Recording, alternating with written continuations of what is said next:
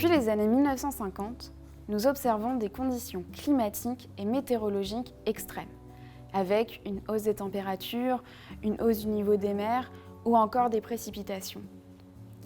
Or, en 2014, le groupe d'experts intergouvernemental sur l'évolution du climat estime avec une probabilité à 95% que l'homme en serait la principale cause suite à l'émission de gaz à effet de serre. En réponse à ce rapport, en 2015, les accords de Paris sont signés.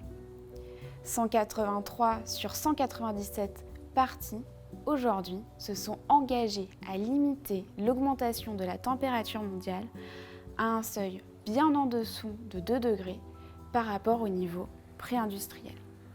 Pour pouvoir tenir ces engagements, de profondes transformations dans le fonctionnement de nos économies sont nécessaires. Or, les politiques fiscales seules, telles que la taxe ou le prix carbone, ne seront pas suffisantes. La finance apparaît donc comme cruciale pour soutenir la croissance des investissements verts. Un investissement vert est un investissement dans une sphère productive dont les activités principales sont dites non dommageables pour l'environnement. Définir ce qui est non dommageable pour l'environnement est loin d'être simple. Cela va dépendre des critères utilisés. Retenons simplement que les activités dans les domaines des énergies renouvelables, de l'efficience énergétique ou encore du traitement des eaux usées sont considérées comme vertes. Aujourd'hui, nous constatons une forte croissance de ces investissements verts, bien que la période de pandémie mondiale ait engendré un ralentissement de ces derniers. Les principaux leaders sont la Chine, l'Europe et les États-Unis. Par ailleurs, les projets verts sont majoritairement financés via l'émission d'actions ou d'obligations.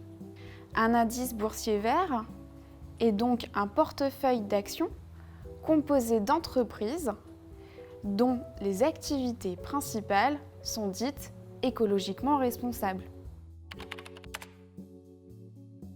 Face à la demande croissante pour ces produits financiers, nous nous posons la question de l'interconnexion entre les produits financiers verts et les marchés financiers.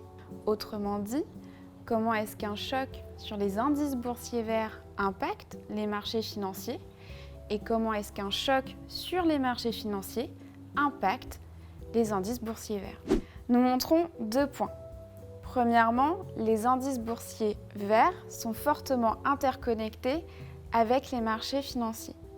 En moyenne, ils reçoivent cependant plus de chocs qu'ils n'en transmettent.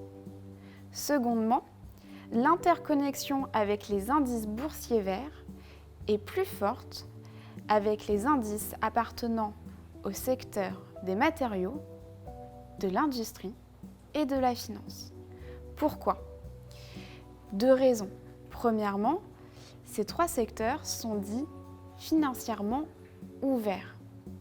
Plus les entreprises échangent avec l'extérieur, plus elles sont à même de recevoir ou de transmettre des chocs.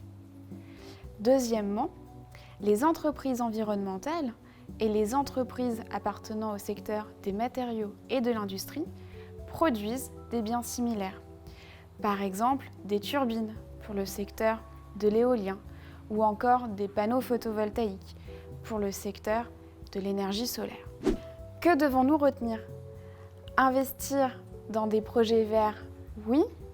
Investir dans des produits financiers verts, oui. Mais sans oublier que ces actifs sont à risque car interconnectés avec les marchés financiers et particulièrement au secteur des matériaux, de l'industrie et de la finance.